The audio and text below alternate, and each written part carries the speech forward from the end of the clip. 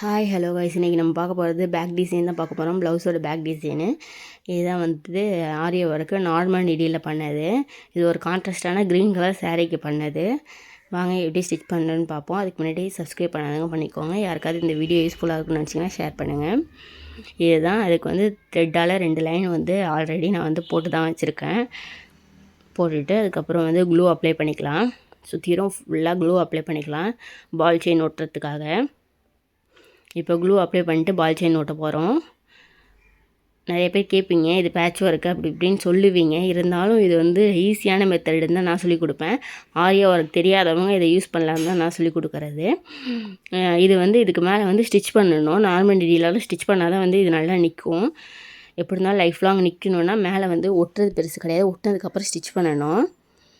இப்போ பால் செயின் ஒட்டினதுக்கப்புறம் சுற்றிலும் க்ளூ மறுபடியும் அப்ளை பண்ணிக்கலாம். அப்ளை பண்ணிட்டு ஸ்டோன் செயின் ஒட்டிக்கலாம். இது ஒயிட்டுங்கிறதுனால அந்த அளவுக்கு தெரிய மாட்டுது. எதுக்கு பார்க்கும்போது தெரியும், இந்த கேமராவில் அந்த ஃப்ளாஷில் தெரிய மாட்டுது.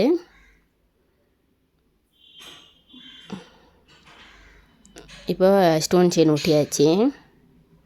உங்களுக்கு எந்த அளவு கிராண்ட் ஒர்க் வேணும்னு நினைக்கிறீங்களோ அந்த அளவுக்கு நீங்கள் அந்த சுற்றிலும் உள்ள ஃப்ரேம் கொடுத்துக்கலாம்.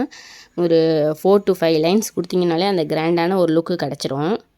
திரும்பி ball chain stone chain ball chain திரும்பியுமே க்ளூ அப்ளை பண்ணிவிட்டு பால் செயின் கொடுத்துக்கிறேன். நான் இதில் 6 லைன் கொடுத்துருக்கேன். பால் செயின் ஸ்டோனு பால் அப்புறம் ஸ்டோனு அப்புறம் பால் செயின் அப்படின்னு 6 லைன் கொடுத்துருக்கேன். உங்களுக்கு எத்தனை லைன் வேணுமோ கொடுத்துக்கிட்டிங்கன்னா அதுக்கு தகுந்தபடி கிராண்டான லுக்கு கிடைக்கும். 4th லைனாக திரும்பி பால் செயின் கொடுத்துக்கிறேன். இப்போ மறுபடியும் ஸ்டோனு.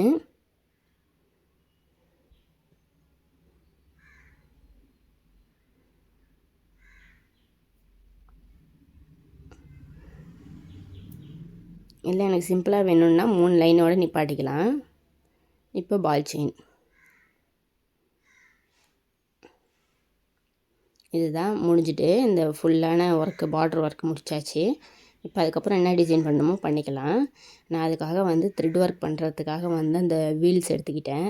ரவுண்டாக இருக்கிறத சுற்றிலும் ஒட்டிட்டு நடுவில் கான்ட்ராஸ்ட்டாக க்ரீன் கலரில் உள்ள த்ரெட் ஒர்க் பண்ணலாம் அப்படின்னு சொல்லிட்டு ஃபுல்லாக ரவுண்டாக ஃபுல்லாக ஒட்டிக்கிறேன். சுற்றிடும் ஒட்டினதுக்கப்புறம் நான் அதுக்குள்ளே ஃப்ரெஞ்ச் நாட் தான் போட போகிறேன். ஃப்ரெஞ்ச் நாட் போட்டால் என்ன கலர் சாரியோ அந்த கலர் சாரிக்கு ஃப்ரெஞ்ச் நாட் போடுங்க. ஒரு கான்ட்ராஸ்டான ஒரு ஹைலைட்டான ஒரு லுக் கிடச்சிரும். கிராண்டாகவும் இருக்கும், சேம் டைம் கிராண்டாகவும் இருக்கும். இதுவுமே நீங்கள் வெரி வெரி சிம்பிளான டிசைன் தான். ஒரு சிம்பிளான டிசைனு குயிக்காக முடிச்சிடலாம்.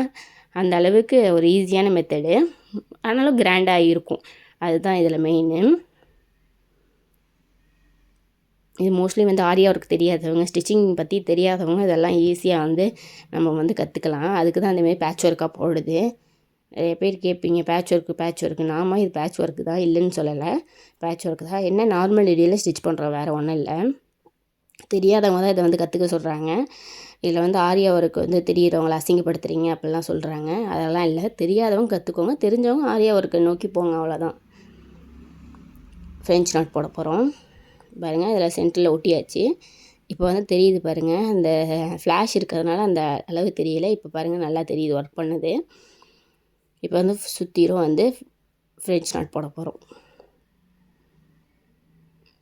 எனக்கு இப்போ ரீசன்ட் டைமில் இந்த லுக்கு ரொம்ப பிடிச்சிருக்குது. அந்த நாட்டு போடுறது சுற்றிரும் கோல்டு இருக்குது. இடையில அந்த சாரீ கலர் போடும்போது ரொம்ப அட்ராக்டாக இருக்குது. ஆல்ரெடி இந்த டிசைன், அதாவது இந்த டிசைன் இல்லை, இந்த ரவுண்டு வச்சு நடுவில் ஃப்ரெஞ்ச் நாட் போட்டு ஒரு ரவுண்ட் போட்டிருக்கேன் ஆல்ரெடி லாஸ்ட் வீடியோவில். அதுவுமே எனக்கு ரொம்ப பிடிச்சி போட்டிருந்தேன். யாராவது பார்க்கலன்னா கண்டிப்பாக போய் பாருங்கள். அதுக்கு அந்த ஹேண்ட் டிசைனிங் மேட்ச் பண்ணி இந்த டிசைனையும் பேக் டிசைன் போடலாம். ஆனால் அது வேறு ப்ளவுஸ், இது வேறு ப்ளவுஸ். ஆனால் இதை மேட்ச் பண்ணி போடலாம். ஏன்னா அதுவும் ஃப்ரெஞ்ச் நாட் போட்டு இதேமாரி டிசைன் தான் ஹேண்டுக்கு போட்டிருக்கேன். அதேமாரி அதை மேட்ச் பண்ணி இது கூட போடலாம் நீங்கள் பேக் டிசைனில். பாருங்கள், எப்படி இருந்தாலும் ஒரு 10 டைம்ஸ் சுற்றிடுங்க. சுற்றிட்டு அதுக்கப்புறம் இதேமாரி விடுங்க. உள்ளே விட்டிங்கன்னா ஃப்ரெஞ்ச் நாட்டு ரெடி ஆகிடும். இது மோஸ்ட்லி பெரிய ஊசி எடுத்துக்கிட்டிங்கன்னா எத்தனை தடவை வேணாலும் நீங்கள் அதில் த்ரெட்டை கோக்கலாம். சின்ன ஊசினா கோக்க கஷ்டமாக இருக்கும். பெரிய ஊசி எடுத்துக்கிட்டிங்கன்னா அதில் வந்து ஒரு 5-6 டைம் வந்து இந்த த்ரெட்டை வந்து வச்சுக்கிட்டு கோர்த்து இதுமாதிரி ஃப்ரெஞ்ச் நாட் ஒரு 4-5 வாட்டி சுற்றி போட்டிங்கனாலே ஃப்ரெஞ்ச் நாட் சூப்பராக வந்துடும்.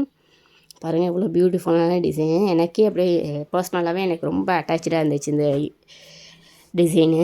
கண்டிப்பாக உங்களுக்கும் பிடிச்சிருக்குன்னு நினைக்கிறேன். பிடிச்சிருந்தா லைக் பண்ணுங்கள், ஷேர் பண்ணுங்கள், கமெண்ட் பண்ணுங்கள். இதுதான் இந்த அவுட்லுக்கு. யாருக்காவது யூஸ்ஃபுல்லாக இருக்குன்னு நினச்சிங்கன்னா கண்டிப்பாக ஷேர் பண்ணுங்கள். உங்களுக்கே யூஸ்ஃபுல்லாக இருக்கும்னு நினச்சிங்கன்னா டவுன்லோட் பண்ணி வச்சுக்கோங்க. தொடர்ந்து சப்போர்ட் பண்ணுங்கள். அடுத்தடுத்த வீடியோ கண்டிப்பாக உங்களுக்கு இன்ட்ரெஸ்டிங்காக இருக்கும், யூஸ்ஃபுல்லாகவும் இருக்கும். அப்லோட் பண்ணுறேன் பாருங்கள். தேங்க்யூ.